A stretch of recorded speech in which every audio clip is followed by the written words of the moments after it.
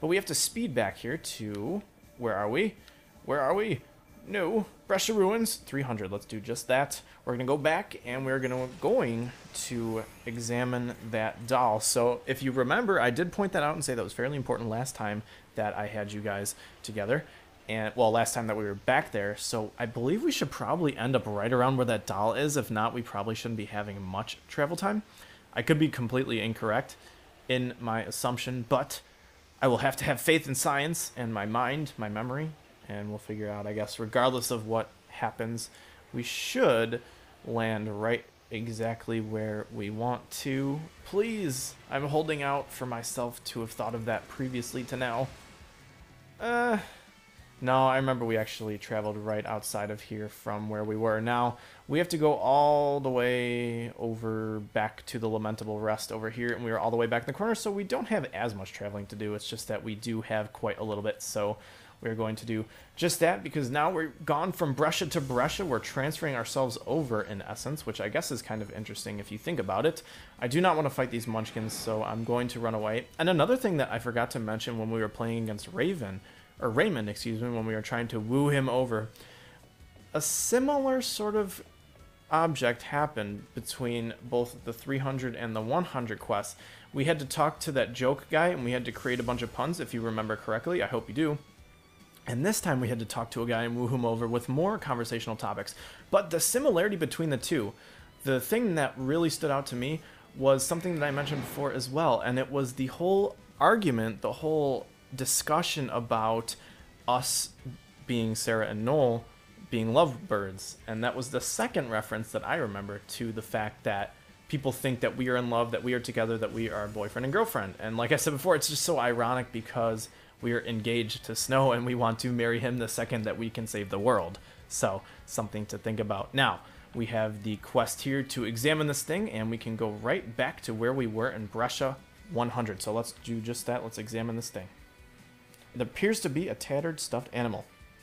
I think there's more to it. And reacquired an old device. So as you can see, we have the sort of materials to go back to Brescia 100. So it was a quick trip, but we do have to go back and continue on questing on to get these fragments, but it should be quick. And the fact that we ended up leaving Brescia 300 right where we were, we're actually right in position to where we want to be when we go back to Brescia 300 a second time. So let's go back to Brescia 100 and get this fourth fragment. Shouldn't be too tough, but what it will do is it will unlock that area that was previously locked to us before when we tried to travel there and we tried to get a little tricky about things. So hopefully Brescia 100 will load fast, but we will be able to get 4 out of 6 fragments, and we'll be able to actually launch into discovering the second new area that we want to once we finish the 4th and actually achieve this 5th fragment quest. So let's load into Brescia 100. I got some money to make and some paradoxes to solve. And here we go, we're right facing the guy, ready to talk to him again. Let's return the quest. Is this my monitoring device? I can't believe my eyes. It looks as though it easily contains several centuries worth of data. Was it some kind of paradox effect that brought this back from the future? Now, let's see here. Yes, it appears that the cause of the distortions came from a specific location. If my calculations are correct, then the cause of the paradox should be the control unit of the giant Atlas. If I report this to the government, they should have enough data to support a change in strategy. Here's a little something for your trouble. Thank you both so much. The paradox is occurring because of that one control unit. How did it get powered up again? Someone messing with it? Maybe someone turned it on by mistake. Let's check the ruins to see if we can get to the bottom of this. Very interesting. They linked the cause to all the issues in this area to the Atlas device. Now, the thing that should be tipping you off here is the fact that the last time that we were there, we ended up getting scolded for being down there, and the person in Brescia 300 that said, I don't think that you should be down here, you're not qualified to handle this sort of equipment, is the one down there. And if you could probably infer, he might be the one messing around with things. But since we have to go down here and actually check to get the fragment quest, we will find out that we'll probably have to go to another area, but this will make us have to travel into other areas and find passwords for the device that we have to sort of interact with here, this Atlas control device. So this level area should be unlocked to us now. Let's see. Yes, it is. And now we can talk to this guy here who's different, and maybe he has something to offer us here. Let's talk, buddy. I've been dispatched by the government. They received a report that the paradox was caused by some control unit. I've come to investigate. However, the unit's locked and inaccessible. 2 passwords are required to unlock the device. An Academy official was in charge of one of them, but he passed away some time ago. As for the other password, I have no clue who would know. I'm pretty much at a dead end. Porter, a government agent, the cause of the paradox lies in Atlas's control device, according to him. However, the passwords of the unit has been lost, so we have to find a man that recently passed away in the Yaschas Massif, and we have to go to another area for the other passwords. So I will accept this mission. Let's obtain these both passwords. You're saying you want to help me? The man who knew one of the passwords passed away a little while ago. He was assigned to the Padra ruins and the Yaschas Massif. Interesting. So there was talk of the Padra ruins, which is also interesting because it's all in the Yaschas Massif, but Mog has something to find for us here. I believe this is the other gate seal that will allow us to reverse this time period here, so let's examine this right now.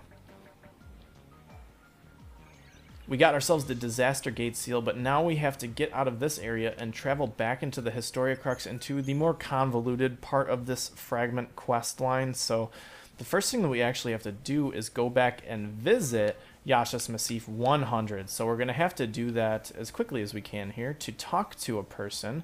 And I'm going to try to find that right now. Oh, Yaschas Massif 100. Perfect.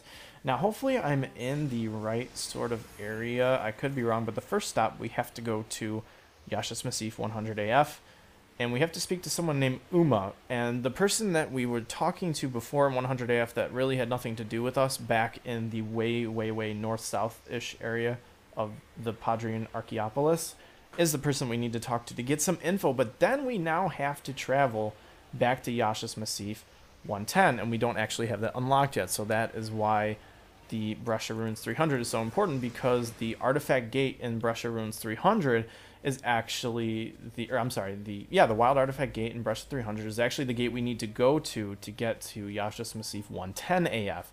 So as you can see, both Brescia and Yaschas are very, very, very connected in this game. And the thing about these two areas is that once you finish getting every single fragment in these two areas and completing all of these side quests, you actually unlock 2 fragment skills from the Fortune Teller and Serendipity.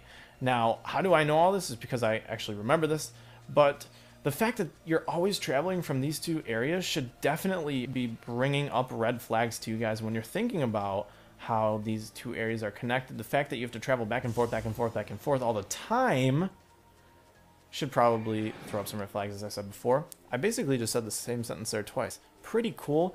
Pretty sure you noticed that, but that's okay. Is this Uma here? Let's talk to her. We should leave this in the hands of the No, you're no importance to me. The Uma that we need to talk to is in the back right of this area, all the way up top here. And was this the place where all the Rubies of Grief were? I believe this was. Considering that we cleared out every single fragment in this area, that's what it leads me to believe. But yes, we have to go all the way upstairs there to talk to said Uma to find our information to go to 110, because if it's someone who recently passed away, then you'd have to feel that the Yaschas Massif in 100 and Yaschas Massif 110, that 10 years is probably just enough time to have someone that passed away to find information about. So let's talk to Uma here. This is interesting. If we get our hands on the password of the control unit, we might be able to solve the disturbance within the ruins fairly quickly. It's unfortunate. Mr. Thorne was the only one who knew the password. And now he's disappeared inside the paradox. Don't know if he's dead, but I doubt we'll ever see him again. Interesting. We got Thorne's information, and as you can see, the time periods are the same. Both Brescia Ruins 100 and Yaschas Massif 100 are completely connected. People know each other and they interact with each other, which is actually a fairly interesting element when you think about it. But we have to go back to the Historia Crux here, and we have to go to Brescia Ruins 300 just to get to Yaschas Massif 110. So that is some travel that we are going to do here, sirs and or madams. Let's go back to Brush of Ruins. We are actually completely ready to get to that fragment gate in Brush of Ruins 300 because it is right in the same area of the Lamentable Rest as I was looking at it as we were walking to the old device that we were examining last. I think it was probably by this time it was last episode. So think about that. Imagine how connected these worlds actually are, and the fact that we're jumping back and forth just to go side to side is just crazy. I mean, time traveling is a really cool element, and when it's done effectively, I think it really draws you into the fact that you are time travelers, because you always forget because you're always doing so much fighting.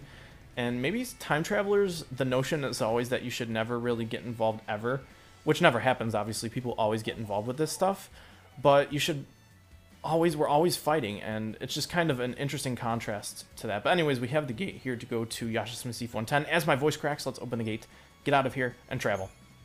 Because we need to get the control device password number 1, and that will lead us to get the control device password number 2. Now, I actually haven't been in Yaschas Massif 110 in a very long time, so please forgive me if it is very different, but I will let you guys read about Yaschas Massif 110 right now. Years ago, a never-before-seen paradox effect haunted the Yaschas Massif. The disappearances of numerous Academy staff members were followed by the discovery of strange floating orbs. Something terrible had happened, but no one knew what it might mean. A method to reverse the paradox was never found, and with the passing of the years, the Crimson Spheres simply became another part of the scenery. Interesting indeed. So we might have to deal with some more Rubies of Grief when we're in here, but regardless, let's hop right into Yaschas Massif 110.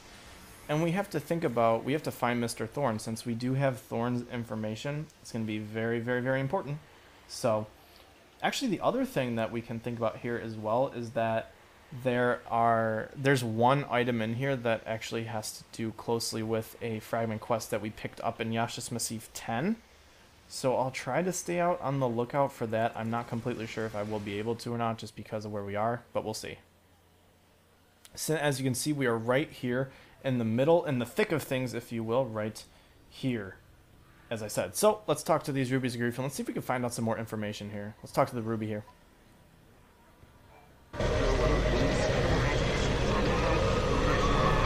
Interesting. So we have here Gerhilda's Blossom here. Wow, I can't say words. A young woman named Marie was engulfed in a paradox, and now all that remains of her memories and her sorrows, are crystallized in a red orb. So we are back doing these quests as well. Is there any way to carry Marie's message of remorse to her distant sister? I'm pretty sure we could probably do that, so let's just accept it. So we have to look for the missing sister, but that is not directly on our minds here. We actually have to go up into the Padrian Archaeopolis here and find this Thorn person who I believe is invisible. I'm not sure if he's back here or if he's up top in the north here. He probably is up there, but I guess we'll also find out here. I don't exactly quite remember, but I guess I'll end up jogging my memory eventually by just being around here long enough. I'm looking around just so that I don't miss him in the surrounding areas as well, but hopefully we are sort of in the right position to get through this area here. But let's actually search up here. What's up, Mog? What do you see?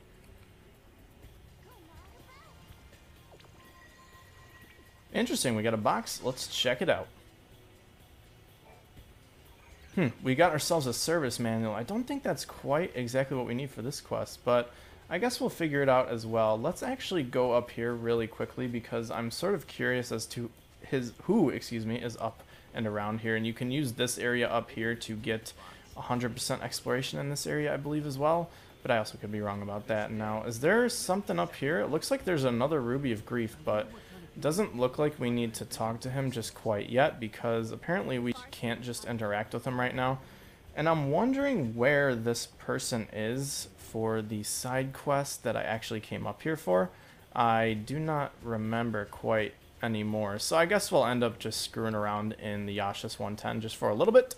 You guys are probably smacking your head right now because you probably know exactly where he is, but that is also okay. It's not a large deal.